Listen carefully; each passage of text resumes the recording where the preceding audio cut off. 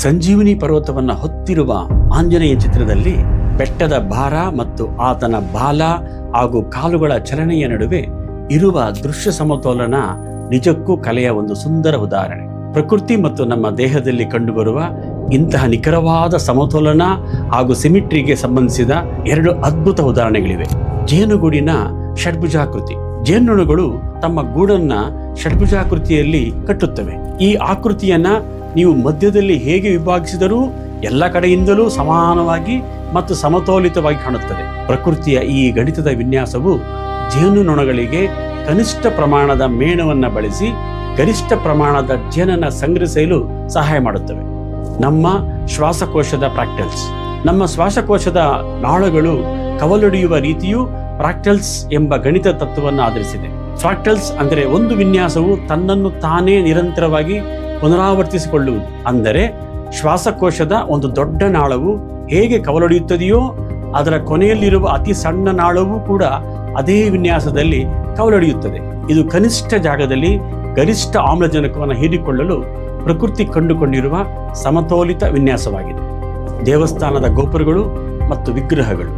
ನೀವು ಯಾವುದೇ ದೇವಸ್ಥಾನದ ಗೋಪುರವನ್ನ ಅಥವಾ ನೇರವಾಗಿ ನಿಂತಿರುವ ತಿರುಪತಿ ತಿಮ್ಮಪ್ಪನಂತಹ ವಿಗ್ರಹಗಳನ್ನು ಗಮನಿಸಿ. ಇವುಗಳ ಮಧ್ಯದಲ್ಲಿ ಒಂದು ಕಾಲ್ಪನಿಕ ರಂಬರೇಖೆಯನ್ನ ಎಳೆದರೆ ಎಡ ಮತ್ತು ಬಲಭಾಗಗಳು ಕನ್ನಡಿಯ ಪ್ರತಿಬಿಂಬದಂತೆ ನಿಖರವಾದ ಸಮತೋಲನವನ್ನ ಹೊಂದಿರುತ್ತವೆ.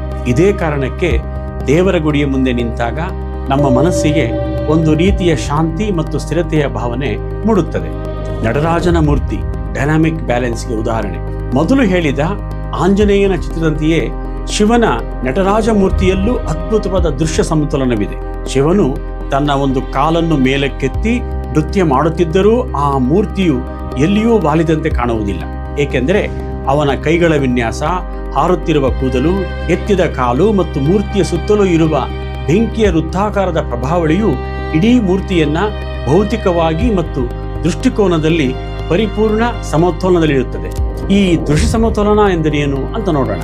ಸರಳವಾಗಿ ಹೇಳಬೇಕೆಂದರೆ ಒಂದು ಚಿತ್ರವನ್ನು ನೋಡಿದಾಗ ಅದರ ಒಂದು ಬದಿ ತುಂಬಾ ಭಾರವಾಗಿ, ಅಂದರೆ ಹೆಚ್ಚು ವಸ್ತುಗಳಿಂದ ತುಂಬಿಕೊಂಡು ಇನ್ನೊಂದು ಬದಿ ತುಂಬಾ ಖಾಲಿಯಾಗಿ ಕಾಣಬಾರದು. ಹೀಗೆ ಕಲಾಕಾರನು ಬಣ್ಣ, ಬೆಳಕು ಅಥವಾ ವಸ್ತುಗಳ ಆಕಾರವನ್ನು ಬಳಸಿ ನೋಡುಗರ ಕಣ್ಣಿಗೆ ಒಂದು ರೀತಿಯ ಸಮತೂಕದ ಅನುಭವವನ್ನು ನೀಡುತ್ತಾರೆ. ಇದನ್ನು ಅರ್ಥ ಮಾಡಿಕೊಳ್ಳಲು ಇನ್ನೂ 3 ಅತ್ಯುತ್ತಮ ಉದಾಹರಣೆಗಳು ಇಲ್ಲಿವೆ. ಶ್ರವಣಬೆಳಗೊಳದ ಗೊಮ್ಮಟೇಶ್ವರ ವಿಗ್ರಹ. ಬಾಹುಬಲಿಯ ಮೂರ್ತಿಯು ಕೈಗಳನ್ನ ಕೆಳಗೆ ಚಾಚಿ ನೇರವಾಗಿ ನಿಂತಿದೆ. ನೀವು ಮೂರ್ತಿಯ ನೆತ್ತಿಯಿಂದ ಕೆಳಕ್ಕೆ ಒಂದು ಲಂಬರೇಖೆ ಎಳೆದರೆ ಎಡ ಮತ್ತು ಬಲಭಾಗಗಳು ಸಂಪೂರ್ಣವಾಗಿ ಸಮಾನವಾಗಿವೆ. ಅವನ ಭುಜಗಳು, ಕೈಗಳು ಮತ್ತು ಕಾಲುಗಳಿಗೆ ಸುತ್ತಿಕೊಂಡಿರುವ ಬಳ್ಳಿಗಳೂ ಕೂಡ ಸಮತೋಲನದಲ್ಲಿವೆ. ಈ ಪರಿಪೂರ್ಣವಾದ ಪ್ರತಿಬಿಂಬ ಸಮ್ಮಿತಿಯೇ ಈ ಬೃಹತ್ ಮೂರ್ತಿಯನ್ನ ನೋಡಿದಾಗ ನಮ್ಮ ಮನಸ್ಸಿಗೆ ಅಪಾರವಾದ ಶಾಂತಿ, ಸ್ಥಿರತೆ ಮತ್ತು ವೈರಾಗ್ಯದ ಭಾವವನ್ನು ಮೂಡಿಸಲು ಕಾರಣ. ಲಿಯೋನಾರ್ಡೋ ಡಾ ವಿಂಚಿಯ ದಿ ಲಾಸ್ಟ್ ಸಫರ್ ವರ್ಣಚಿತ್ರ. ಜಗತ್ ಪ್ರಸಿದ್ಧವಾದ ಈ ವರ್ಣಚಿತ್ರದಲ್ಲಿ ಅಂದರೆ ಯೇಸು ಮತ್ತು ಆತನ ಶಿಷ್ಯರ ಕೊನೆಯ ಭೋಜನ. ಯೇಸು ಕ್ರಿಸ್ತನು ಮೇಜಿನ ಮಧ್ಯದಲ್ಲಿ ಕುಳಿತಿದ್ದಾನೆ. ಅವನ ಎಡಭಾಗದಲ್ಲಿ 6 ಜನ ಮತ್ತು ಬಲಭಾಗದಲ್ಲಿ 6 ಜನ ಶಿಷ್ಯರಿದ್ದಾರೆ.